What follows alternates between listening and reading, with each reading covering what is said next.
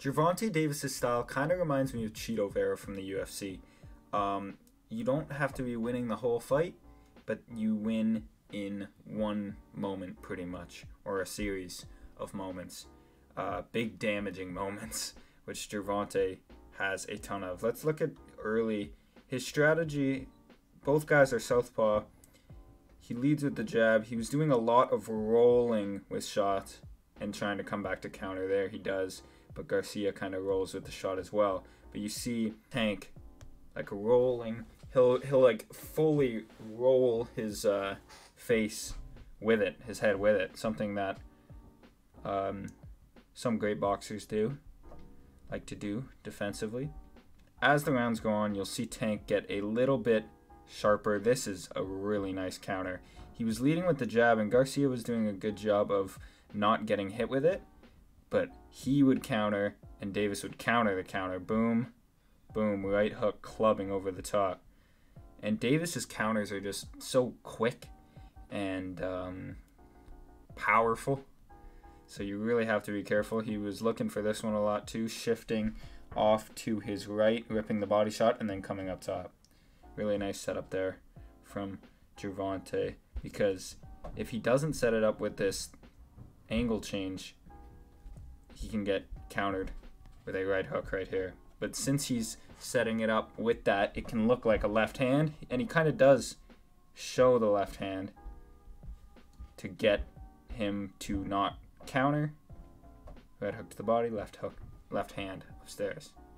And he was finding the mark on the left hand, but Garcia was doing very good work as well. And here Gervonta jabs to blind him, covering the distance, and he just blasts the left hand. Jab. You're not seeing where I'm going, and I'm taking big steps to cover ground and smack you with a huge left hand. Look at that counter. Lazy little jab from Garcia. Woof! Uppercut almost takes his head off. Like, Garcia's counter left hand, whether it's a left straight, left uppercut, it's all so nasty. But that one just comes up so very short in the slightest way. There's that rolling again, that shoulder rolling. Boom, counter left hand. That's classic shoulder roll counter right there. Look at this counter from Garcia. Both guys southpaw, but again, Davis sees it coming, pulls back, turning his head, counter left hand. Good attempt there from Garcia to go to the body. And now it is round 7, and obviously we're skipping quite a bit here, but there's a good left hand from Davis, just kind of blasting it, a naked left hand. Boom. Changes the levels, ducking down, ripping the right hook, and now Garcia is starting to wilder under the pressure of Davis. Boom, look at that left hand. He does the same angle change, rip to the body, slips on the outside of what he thought was going to be a jab from Garcia to the head, but Garcia kind of just like jabs to the body here, but he's not changing levels with it. It's just like reaching down to the body, and that is going to leave a ginormous opening up top, and Garcia capitalizes on it tenfold and just tags him heavy. Another left hand. Again, that Philly shell type of rolling with the shot, and then uppercut counter. Straight left. Everything is landing now. Body, head. Oh my goodness. And yeah, you can see Garcia start to wilt. And look at this.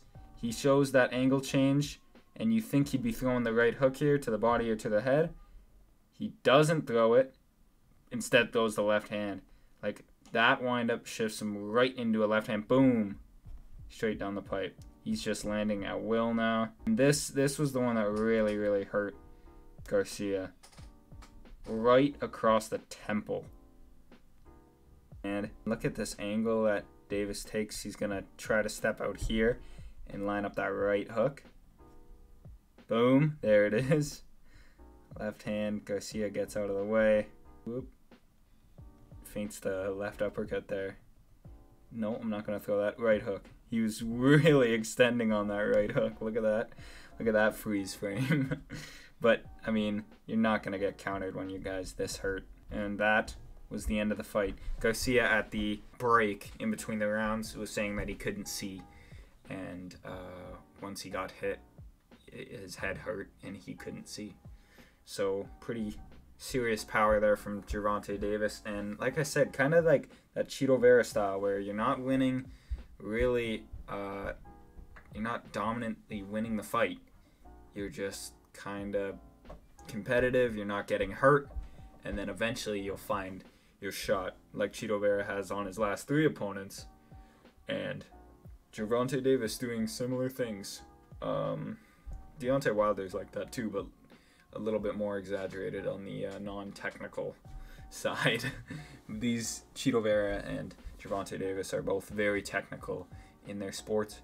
But yeah, now the fight that everyone wants to see, Gervonta Davis against not Android Garcia.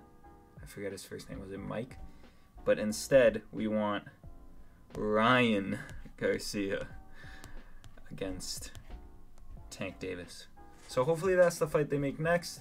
That is a interesting fight for me, stylistically to think about, because if I'm comparing Gervonta to Chito, I'm kind of comparing Garcia to O'Malley, both in the way that they like conduct themselves on social media. A little bit more flashy is Garcia, I'd say. Ryan Garcia. Same with O'Malley. Very quick, known as fragile, both the guys. So I don't know. It's kind of the Chito versus Sean of boxing, and hopefully they make the fight. That would be huge, and I think that could. I mean, it's so huge. I think that could get like 700K pay-per-view buys pretty easily. I want to say, especially if they hype it up right. Gervonta looked like coked out at the press conference. I thought maybe an upset was brewing and he was like out of it. But no, he proves that he has the power. He has the equalizer. And yeah, I'm rambling. If you made it all the way to this point, thank you for watching. And peace.